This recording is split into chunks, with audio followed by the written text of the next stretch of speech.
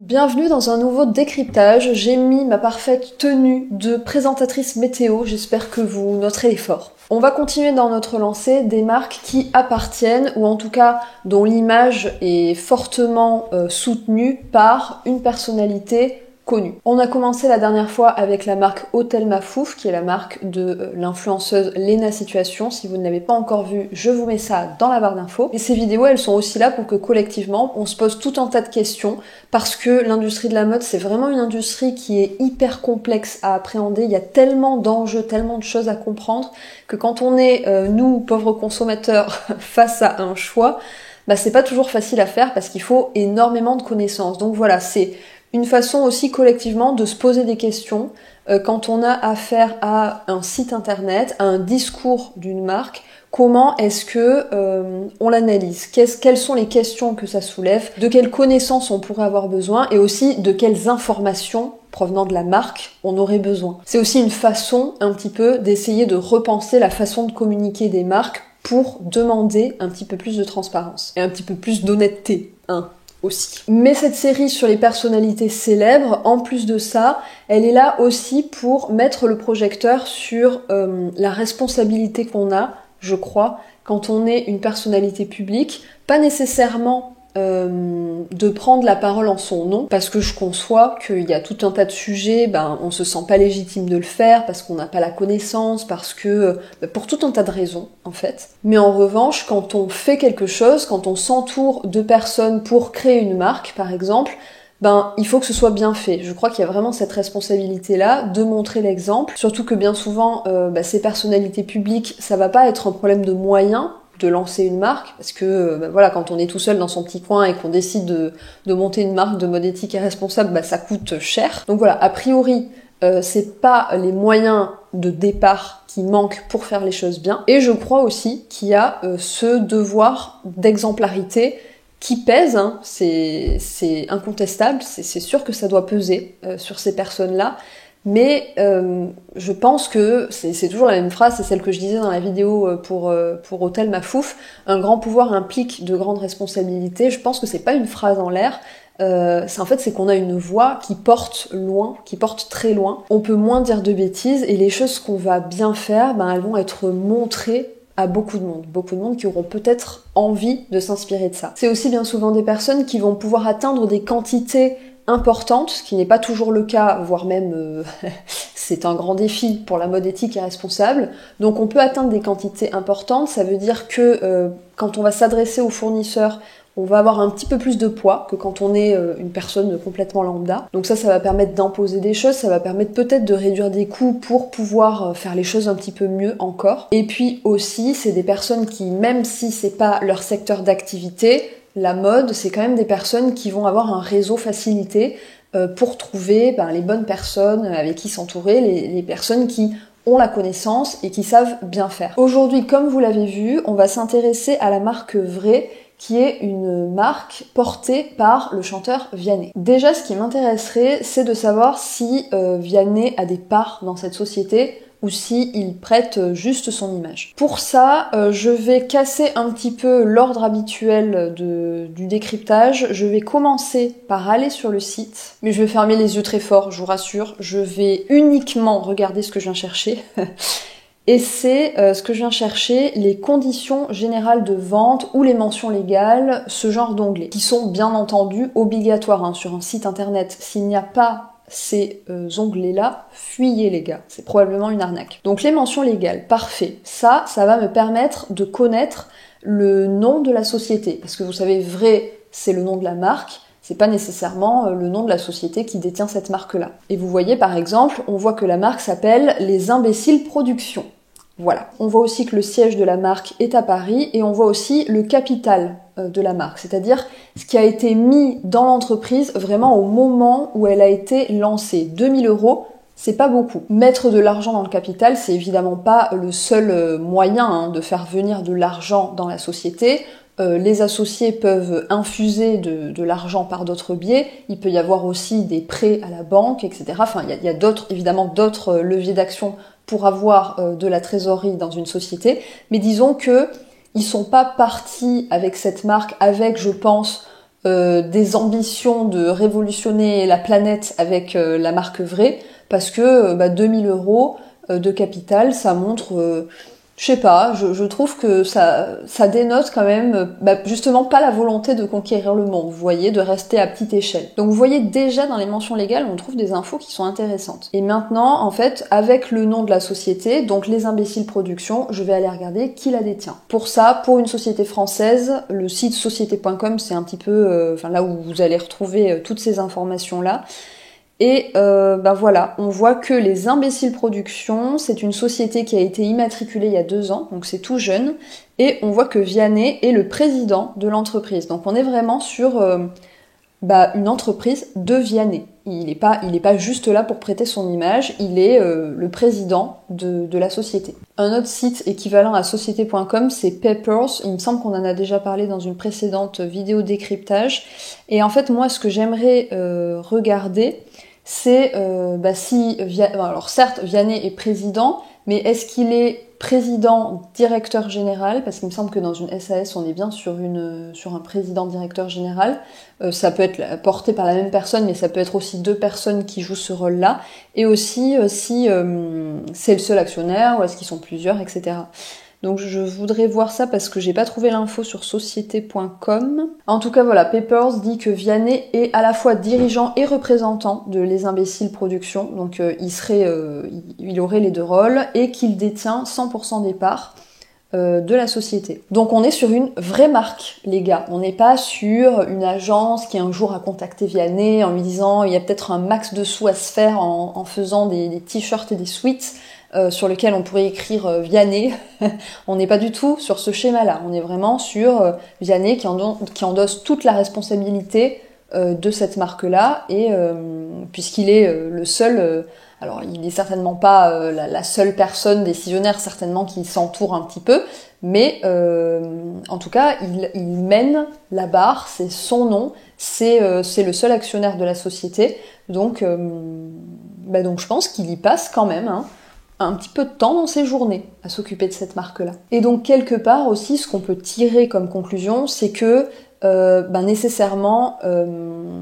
c'est davantage fait avec le cœur, quand t'es vraiment dans le truc, et c'était d'ailleurs le cas avec Hôtel Mafouf, je veux dire, Léna, elle est aussi actrice de sa marque, et je trouve que quand on est de l'autre côté, quand on est consommateur, ça rajoute vraiment ce petit côté, c'est fait avec le cœur, je suis pas en train de me moquer de vous. Ce n'était pas le cas, si je me souviens bien, avec la marque Parisienne et alors. Si je me souviens bien, il faudrait qu'on revisionne les images, mais je crois que Laurie Tillman n'était pas ni directrice générale, ni présidente de la société. Je crois qu'elle intervenait plus comme directrice artistique, donc elle donnait la DA, mais disons que c'est quand même pas pareil, c'est quand même pas la même responsabilité et le même engagement. Ça veut pas dire que les choses sont faites avec moins de cœur, mais je veux dire, quand on est tout seul à porter la société comme ça, qu'on est le PDG, c'est autre chose. Reprenons nos bonnes vieilles habitudes et allons voir le compte Instagram de Vrai. Donc là vous voyez, il y a un slogan qui ressort tout de suite dans la bio, aussi vrai que nature. Donc voilà, ça vient chercher un petit peu cet imaginaire, on parle déjà de nature. Et donc si on regarde un petit peu le feed, et donc par exemple, je sais pas, on clique là-dessus, collection Liberté, polo unisexe brodé vrai, coton biologique. Donc vous voyez déjà dans la présentation du vêtement, on s'attache à préciser la matière, ce qui est déjà donner une information qui est quand même ultra utile quand on veut acheter un vêtement, de savoir de quelle matière il s'agit. C'était pas le cas, on l'avait vu avec Hôtel Mafouf. Reste à voir ensuite quand on sera sur le site si cette appellation coton biologique, elle est soutenue par un label, par des informations sur l'origine, la traçabilité, etc. Ça, on verra après sur le site, mais je veux dire, c'est déjà un premier pas. Bon, pas grand chose à dire de plus, allons voir sur le site. Alors, on tombe direct sur une collab avec la marque National Standard, que je ne connais pas, donc on ira voir ça. C'est une collab de sneakers qui apparemment sont fabriqués à la main au Portugal. D'ailleurs, je suis allée visiter un atelier de confection de baskets. C'était des baskets Veja, mais bon, toutes les baskets sont grosso modo fabriquées de la même façon au Portugal en tout cas. Si ça vous intéresse de voir un petit peu à quoi ça ressemble, je vous mets la vidéo dans la barre d'infos. Nous, ce qui nous intéresse comme d'habitude, c'est de voir un petit peu comment la marque se définit, quel est son ADN, quelles sont ses valeurs, ses engagements, etc. Moi, je trouve que c'est toujours intéressant de commencer par ça, parce que ça nous donne une bonne base ensuite sur laquelle broder. Parce que y a des marques qui disent beaucoup de choses, et qui n'en font pas tant que ça dans le concret. Donc ça, c'est par exemple la définition du greenwashing. Donc là, l'onglet qui me paraît le plus répondre à ça, c'est notre histoire vraie. Vianney a appris la couture et le dessin de vêtements à l'Esmode Paris avant de sortir ses premières chansons. Eh bien écoutez, ça je ne savais pas. Ça c'est hyper intéressant de le savoir, parce que ça veut dire que Vianney a fait une école de mode. Et vous savez, comme ici, on aime bien quand la mode éthique et responsable existe parce qu'elle est portée par des gens qui ont fait, alors pas forcément des études de mode, mais en tout cas qui ont un vrai pied mode. Parce que, à nouveau, sortir une marque pour sortir une marque, même si c'est une marque éthique et responsable, pour moi ça ne correspond pas à l'idéal de produire au plus juste. Parce que il faut avoir quelque chose à apporter au monde, selon moi. Quand on souhaite créer une marque, quand on souhaite produire de nouveaux vêtements, sachant qu'il y a déjà pas mal de vêtements sur la planète, les gars. Et donc il explique là que c'est Vianney qui dessine, qui ajuste les coupes, les matières et les couleurs, et que c'est sa maman qui développe la marque. Donc moi, dit comme ça, j'ai vraiment l'impression que c'est Vianney qui un petit peu retrouve ses premières amours, même si je suppose que la chanson est aussi un de ses premiers amours, mais en tout cas voilà, retrouve une de ses passions, le fait de créer une marque de mode, puisque il a certainement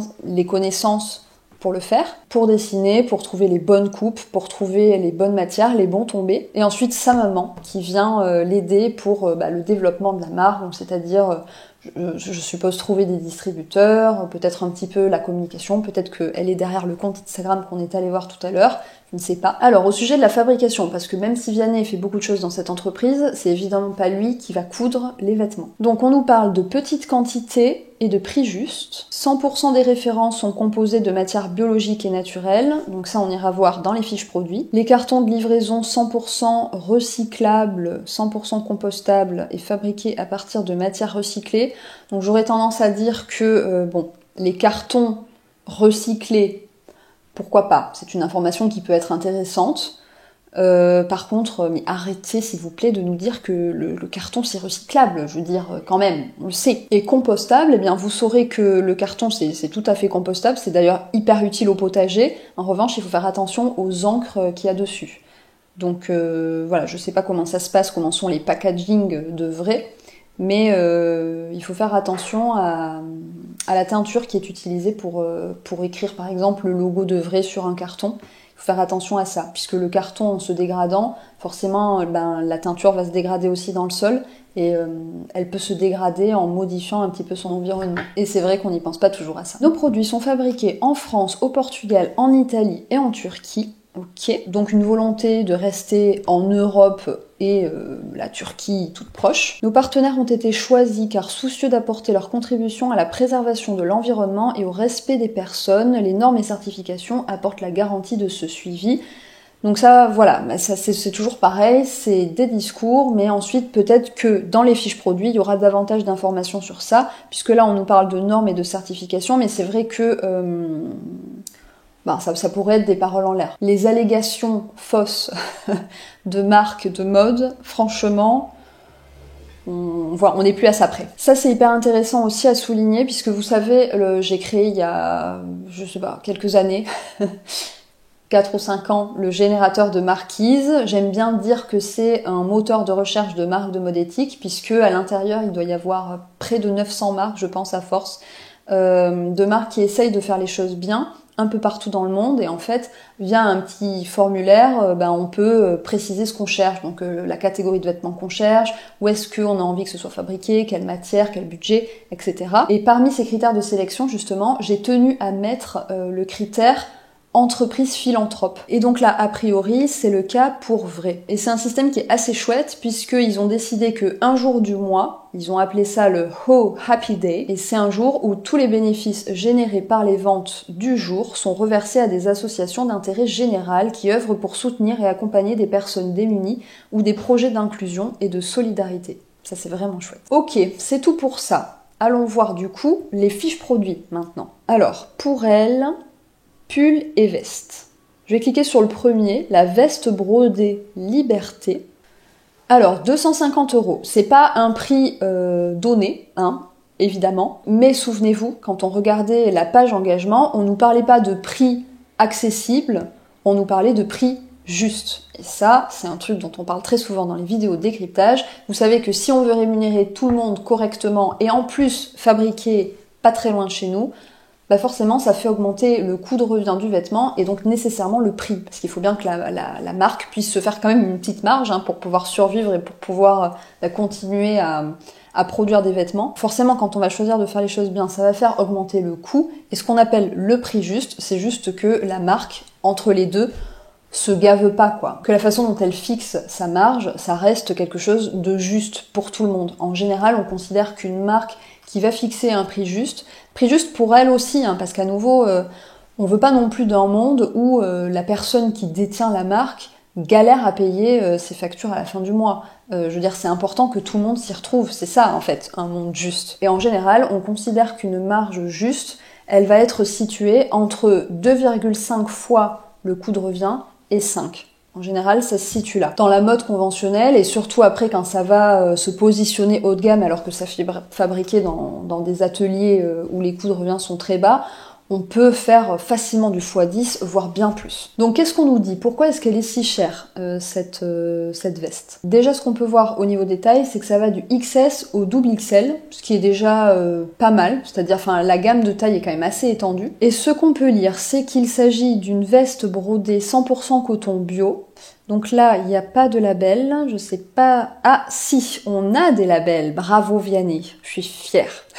On retrouve même deux labels, le OCS qui est, donc c'est le premier là qu'on voit sur la gauche, qui est un des deux grands labels pour labelliser du coton bio, et le GOTS, donc c'est celui de droite là, qui est le label le plus exigeant, mais le label GOTS il va venir intervenir aussi sur toute la chaîne de production. C'est-à-dire que normalement, quand on utilise ce label GOTS sur le site internet ou sur une étiquette d'un vêtement, normalement on n'a pas le droit de l'utiliser si c'est pas toute la chaîne de fabrication qui répond au cahier des charges GOTS, donc vraiment de la culture du coton jusqu'à la confection. Et là je peux vous dire que quand on a un vêtement qui répond sur toute la chaîne de production à GOTS, on a un vêtement qui est 100% traçable et dont les process de fabrication, autant d'un point de vue environnemental que social, sont au top. Ensuite, si on passe sur le label d'après, le IG Index, c'est pas tellement un label, ça pour le coup, ça nous donne juste une information. Le IG Index, c'est une sorte d'outil, donc ça peut être soit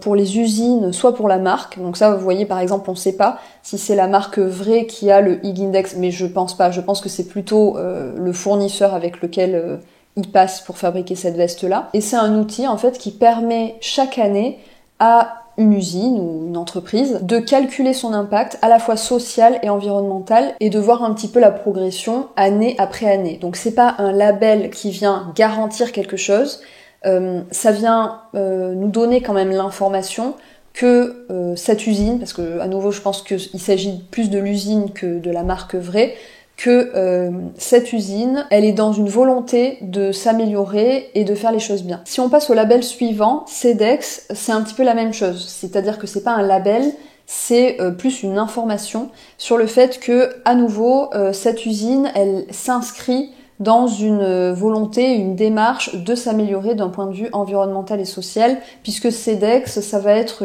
une sorte d'organisation collective qui va rassembler plein d'entreprises de plein de secteurs différents qui vont pouvoir en fait s'entraider quelque part, je suppose avec aussi des audits par-ci par-là évidemment, à améliorer les choses et les process sur les chaînes de production. Et BSCI c'est un petit peu pareil, c'est pas un label, c'est plus une indication pour nous consommateurs que l'usine est engagée dans l'amélioration des conditions de travail. BSCI, c'est vraiment sur les conditions sociales sur les chaînes de production, donc tout ce qui va concerner les salaires, les conditions de travail, les horaires, etc. Et c'est une sorte en fait un petit peu de code de conduite qui va se conformer un peu aux règles de base de l'OIT, de l'Organisation internationale du travail. Donc les entreprises qui sont membres de BSCI vont un petit peu, en quelque sorte, ratifier ce code de conduite en disant nous, on s'engage à, et elles s'engagent aussi à faire des audits régulièrement pour s'assurer que, non pas qu'elles répondent à tout ce qui concerne cette charte, mais en tout cas que ça s'améliore sans arrêt. Donc voilà, à nouveau, ces 3 derniers labels, ça peut être des écrans de fumée, parfois, si l'intention derrière n'est pas bonne, s'il n'y a pas réellement une intention de s'améliorer. C'est ce que je veux vous dire par là, c'est pas des labels quoi, c'est plus des intentions. D'accord pour ça, maintenant, conseil d'entretien. Nettoyage à sec recommandé.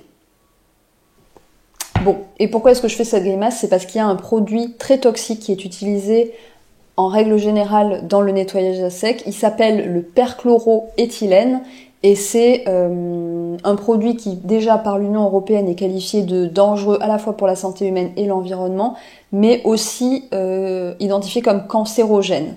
Donc c'est un produit qu'il vaut mieux éviter d'utiliser, à la fois pour la santé des personnes qui vont travailler dans le pressing, mais aussi pour la santé des personnes qui portent ensuite le vêtement, puisque on a identifié que il pouvait rester aussi des résidus sur les vêtements qui étaient passés au pressing. Et c'est un produit aussi qui est très nocif pour l'environnement de toute façon. Mais voilà, il y a des législations qui, depuis quelques années, essayent d'interdire l'usage. Et je crois bien avoir vu passer que, à partir de 2022, c'était plus, les pressings avaient plus le droit d'utiliser ce fameux perchloroéthylène. Après, on sait que, entre une interdiction législative et l'application réelle dans les faits, il se passe quand même quelques années en général. Donc faites bien attention à utiliser un pressing écologique avec une réelle démarche et une volonté d'utiliser des produits propres,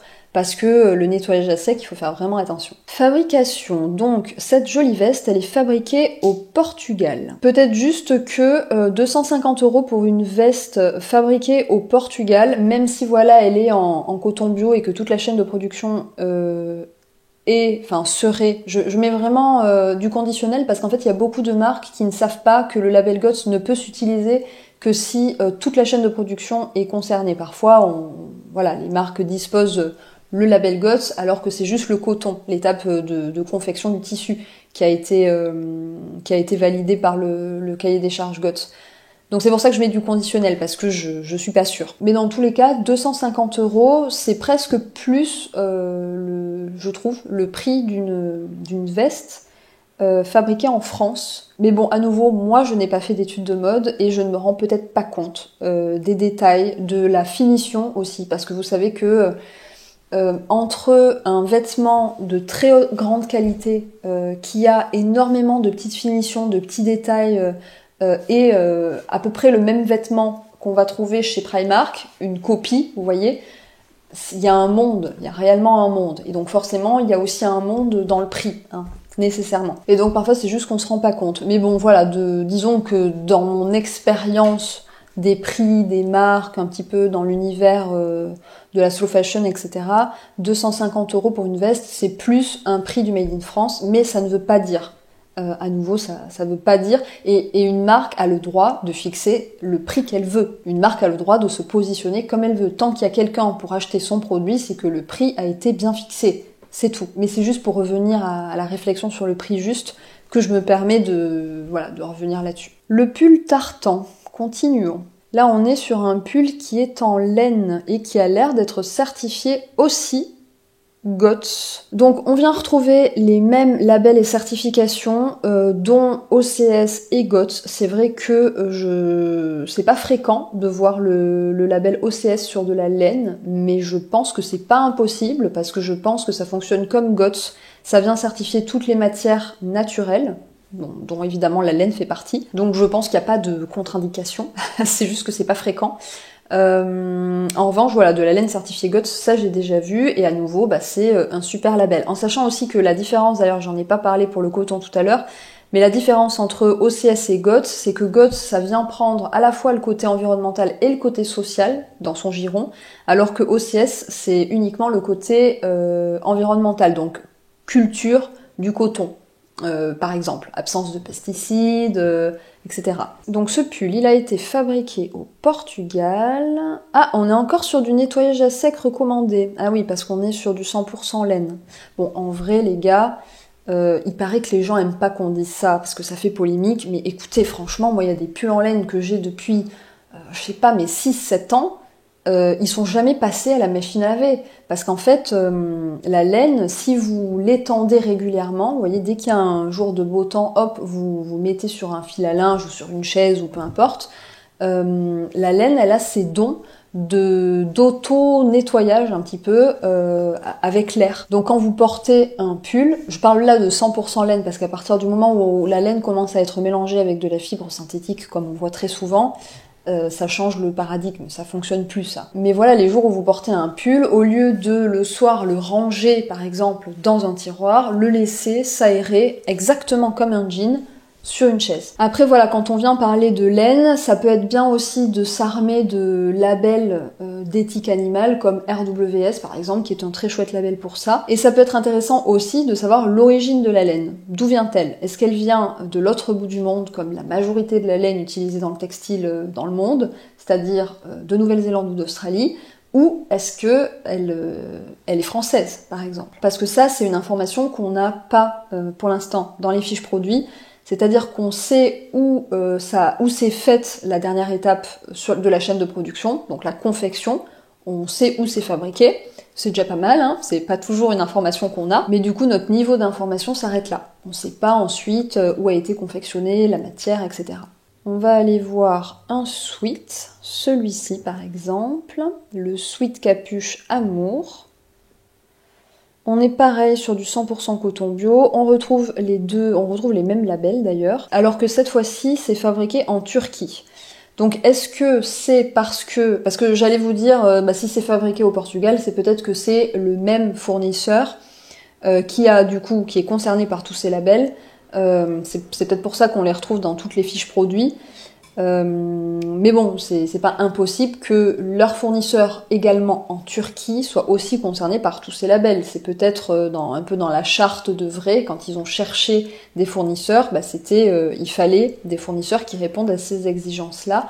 Je ne sais pas, mais c'est vrai que de voir que ça ne bouge pas alors que le fournisseur bouge, ça met un petit peu la question du est-ce qu'ils n'ont pas juste oublié de modifier les labels et est-ce qu'ils n'ont pas juste dupliqué une sorte de format de fiche produit avec ces 5 labels à chaque fois.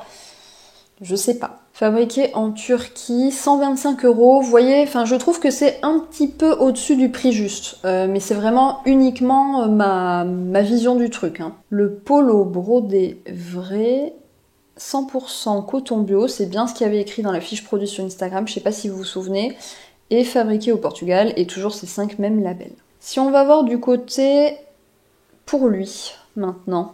Ah oui, mais ça c'est un truc que j'avais pas noté, mais en fait on est sur des modèles qui sont unisexes. Mais du coup c'est drôle d'avoir fait des catégories. À mon avis c'est parce que c'est pour coller à ce que le consommateur recherche, c'est-à-dire que aujourd'hui quand on est consommateur par réflexe, par habitude de consommation, on se dirige plus facilement vers une catégorie d'un genre auquel on s'identifie. Je pense que c'est pour coller à ça. Mais c'est vrai que déjà dans l'esprit, faire une marque non genrée, unisexe, c'est intéressant. Parce que je retrouve vraiment, j'ai l'impression, exactement, vous voyez là, le polo, mais même la veste, le pull, toutes les fiches produits qu'on a ouvertes jusqu'à maintenant, on les retrouve là. Bon, mais du coup, ça va faciliter notre analyse des fiches produits parce qu'on va retrouver les mêmes trucs en fait. Je vais aller voir les accessoires du coup. Qu'est-ce qu'on retrouve là-dedans ? Alors, la casquette, par exemple.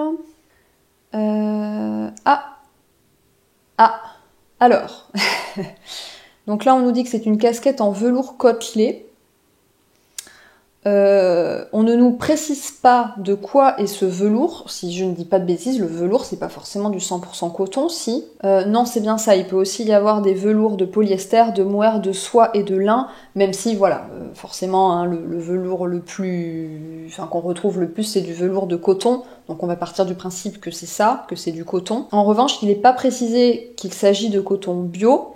Et on retrouve quand même ces 5 mêmes labels. Vous voyez pourquoi l'inquiétude de retrouver ces 5 mêmes labels partout se justifie. Donc là, c'est vrai qu'on sait pas. On sait pas s'il s'agit d'un velours de coton bio ou pas. Et c'est fabriqué en Bulgarie, donc encore un nouveau fournisseur. Bulgarie d'ailleurs qui n'était pas précisé dans la liste des pays où il faisait produire, je crois bien. Donc ces fameuses sneakers... Ensuite, confectionné avec un cuir grainé blanc certifié LWG. La certification LWG, on en a déjà parlé ici dans des vidéos de décryptage. C'est une certification qui est portée par l'industrie du cuir pour certifier des acteurs de l'industrie du cuir. Donc c'est là où il y a le petit point d'attention qu'il faut garder en tête, c'est que c'est une charte qui a été fixée par l'industrie. C'est toujours à double tranchant. Il faut évidemment que l'industrie fasse partie de l'élaboration de la charte, puisque c'est elle qui connaît son métier, ce qui est possible ou pas. Mais voilà, il faut quand même toujours garder en tête cette prise de parti qui est évidente dans ce cas-là. Et cette certification LWG, elle a aussi différents niveaux. C'est-à-dire que on peut avoir la certification, mais en étant plus ou moins bon élève. Et là, on connaît pas le niveau finalement de ce fournisseur-là, c'est pas écrit. Mais bon, on note quand même une volonté pour toutes les matières utilisées de chercher à faire au mieux. Donc là, bon, le cuir, on est pour, on est contre, il y a tout un tas d'enjeux derrière le cuir, on va pas rentrer dans le sujet, déjà parce qu'on l'a déjà fait dans plusieurs vidéos décryptage, mais aussi parce que cette vidéo commence à être longue. Mais disons qu'à partir du moment où on choisit de mettre du cuir dans sa marque, autant chercher à ce que ce cuir soit le plus propre possible. Parce que LWG, ça va avant tout concerner ça va avant tout concerner les process et les traitements du cuir. Donc on note quand même une volonté de faire attention dans tous les choix qui sont faits. Et cette casquette logo, par exemple, est-ce que c'est du coton bio ? Non, voilà, alors regardez ça. Là on est sur du 100% coton naturel. Je pense que si ça avait été du coton certifié biologique, ce serait écrit parce qu'on a vu en faisant l'analyse des précédentes fiches produits que c'était écrit quand c'était le cas.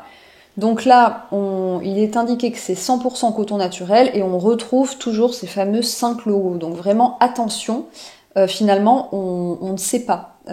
Ces 5 logos, c'est que potentiellement, ça va concerner un fournisseur par-ci, un fournisseur par-là, mais ça ne nous donne pas d'indication pour le fournisseur dont on est en train de regarder le produit, quoi. Donc c'est vrai que ça peut être dangereux parce que ça fait un petit peu fourre-tout, en mode, regardez, nous, c'est ça, comme si c'était un petit peu un prérequis de la marque, une sorte d'exigence, alors que pas forcément. Et la preuve, on retrouve ce fameux label GOTS, sur une fiche produit d'un coton qui n'est même pas certifié biologique. Vous voyez, c'est un petit peu dangereux, je trouve. Je pense que je vais m'arrêter là pour l'analyse. Globalement, je suis vraiment très agréablement surprise par la marque Vrai. Je ne savais vraiment pas dans quoi je mettais les pieds vraiment en allumant cette caméra et en démarrant le décryptage parce que comme je vous l'avais dit, j'avais vu passer la marque mais de très loin vraiment sans jeter un œil du tout à ce que c'était. Et rien que le fait d'apprendre que c'est vraiment une marque qui est portée par Vianney, il n'est pas juste là pour être un faire-valoir, pas du tout. Il porte la marque, il est derrière la direction artistique, il a l'air de dessiner, d'ajuster les coupes. C'est vraiment une marque qui a l'air d'être un peu sa deuxième passion finalement. Et je trouve que quelque part ça rajoute de la valeur et de l'intérêt à cette marque-là. C'est pas la marque d'un énième influenceur ou personnalité connue. Je note aussi une réelle volonté de bien faire les choses, on l'a dit, d'essayer de choisir des matières qui soient certifiées, d'essayer de choisir des fournisseurs, en tout cas de premier rang, donc de confection, qui soient dans une démarche d'amélioration d'un point de vue social et environnemental, voire qui soient peut-être même certifié. Après voilà, il va y avoir, comme toujours, hein, je pense qu'on n'a jamais analysé une marque en étant 100% content, mais bon, je pense que c'est le jeu aussi. On pourrait vouloir un petit peu plus de transparence, notamment sur qu'est-ce qui se passe avant l'étape de la confection, où est-ce que ça a été cultivé, où est-ce que ça a été filé, tissé, où est-ce que ça a été teint, où est-ce que ça a été imprimé, tout ça c'est des choses qu'on pourrait rajouter si on voulait un petit peu plus de transparence, un petit peu plus de vrai quelque part. C'est vrai qu'une marque qui s'appelle comme ça pourrait aussi se lancer là-dedans, dans cette croisade de la transparence. Et aussi je reviens sur ces 5 pictogrammes qui sont là partout. Je trouve que c'est un petit peu dangereux et même un petit peu dommage parce que ça enlève un petit peu de crédibilité, vous voyez. Moi j'étais à fond jusqu'à ce qu'en fait je m'aperçoive que peut-être qu'il fallait que je m'en inquiète et du coup la confiance ça se perd assez vite et surtout voilà quand on analyse une marque et que on sait qu'il y a du greenwashing un peu partout et qu'il faut faire attention, la confiance ça se perd assez vite. Et c'est vrai que c'est dommage sur ce genre de choses. Autant donner l'information telle qu'elle est, et puis c'est tout. Parce que par exemple, au final, à chaque fois qu'il est écrit coton bio dans une fiche produit, moi je sais pas si c'est vrai ou pas, je ne sais pas si cette caractéristique biologique, elle s'appuie sur un label ou pas finalement. Parce que ces 5 labels, ils sont là juste, parce qu'ils sont là partout, mais ils sont pas nécessairement pour qualifier la fiche produit que je suis en train de regarder. Donc finalement, je sais même pas. Parfois, si ça se trouve, il est écrit coton bio sans que ce soit, sans que ça repose sur une certification. Et c'est peut-être pas le cas à nouveau, mais en fait, c'est juste, vous voyez, j'ai le doute, j'ai une inquiétude sur la véracité du truc. Et c'est dommage parce que je pense vraiment qu'il y a de bonnes intentions. Mais sinon vraiment, je le répète, vraiment très agréablement surprise. Et je reviens à ce que je disais en début de vidéo, vous voyez que quand on est une personnalité connue, on a un peu cette responsabilité de montrer l'exemple. Mais là, je trouve que c'est plutôt un exemple à suivre. Il y a beaucoup de marques, pour ne pas dire la majorité des marques qui existent, à vrai dire, sur la planète, qui n'en font pas autant d'un point de vue des efforts au niveau des matières, au niveau de la production qui essaye d'être un petit peu locale, au niveau des informations. Voilà, donc c'est vraiment pas mal, c'est plutôt bien engagé. Il y a encore peut-être des petits trucs à ajuster, des informations à donner supplémentaires pour plus de transparence, etc. Mais c'est vraiment bien engagé, je trouve. J'espère que ce décryptage vous aura plu. N'hésitez pas à me dire ce que vous en avez pensé dans les commentaires, vos opinions, etc. Moi, je suis toujours ravie de vous lire. N'hésitez pas aussi à me donner des idées dans les commentaires, même si j'ai vu déjà que y en a pas mal. J'ai constitué une petite liste avec toutes vos idées, mais sait-on jamais. Enfin, s'il y a un truc comme ça que vous sortez du chapeau et qui n'a encore jamais été dit, ça peut être intéressant. Si la vidéo vous a plu, n'hésitez pas à la liker, ça récompense quand même beaucoup mon travail. N'hésitez pas à vous abonner à la chaîne pour d'autres décryptages. Et moi, en attendant une prochaine vidéo, je vous fais de gros bisous.